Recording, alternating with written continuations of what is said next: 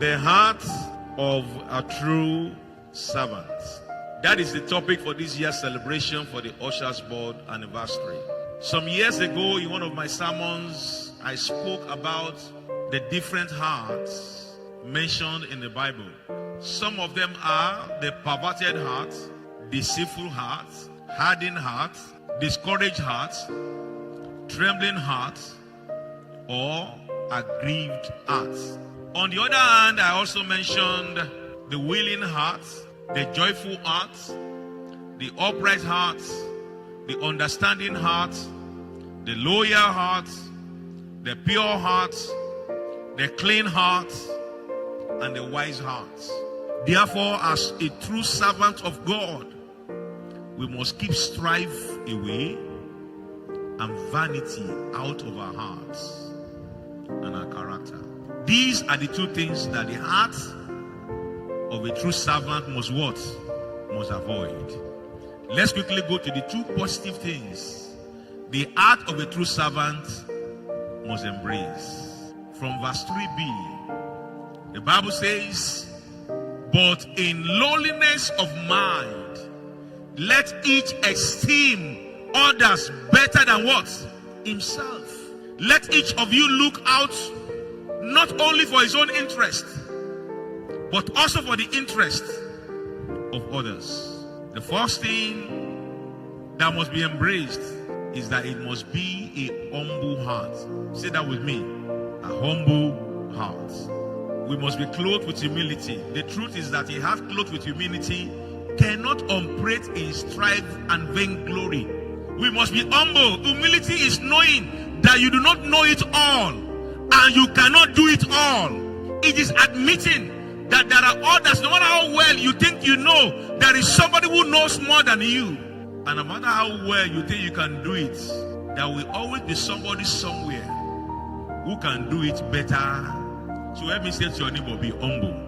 It is also recognizing that others are important.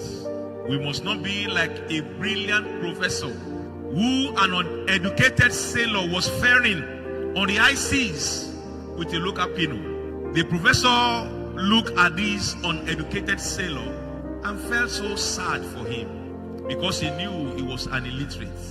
Pride entered him as he wanted to show the uneducated sailor how educated he was.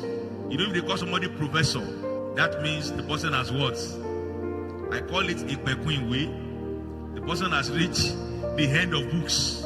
And he wanted the sailor to know how privileged he was to be ferrying a brilliant boat, to know the important passenger that he was carrying. So while they were going, he looked at the sailor. He said, "Mr. Sailor, well done. Do you know oceanology?" The man said, "I don't know." "Okay, ecology?" He said, "No." "Zoology?" He said, "No." "What of biology?" "Mba." "Physiology?" "No." "Okay, do you know epidemiology?" The man said, "Oga, I don't know." And he shook his head for him. And he said to him angrily, "Then what do you know?" We die of illiteracy. 30 minutes later, they were in the middle of the journey, right there at the center of the water. If you look to your right, is water you see. No house, no bush. To the left, to the front, nothing. There came a wind that was against them. The canoe was shaking. And the professor was visibly shaking, fearing for his life. And at that time, the illiterate sailor said, "Oga, professor, do you know swimology?" Professor said, "I don't know swimology." "Okay, do you know escapology from sharkology?" He said, "Escapology from sharkology." He said, "I don't know." He said, "Then that means, okay, as we did now, it simply means that crocodileology will hit your ideology and you will die with your knowledgeology because of your bowed mouthology and your grammatology. Get ready to die." Let me say to anyone, can be humble.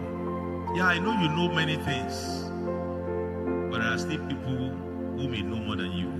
I know you know how to do it, but there is still somebody who can know how to do it. I know your voice is good, but there is still somebody whose voice is better.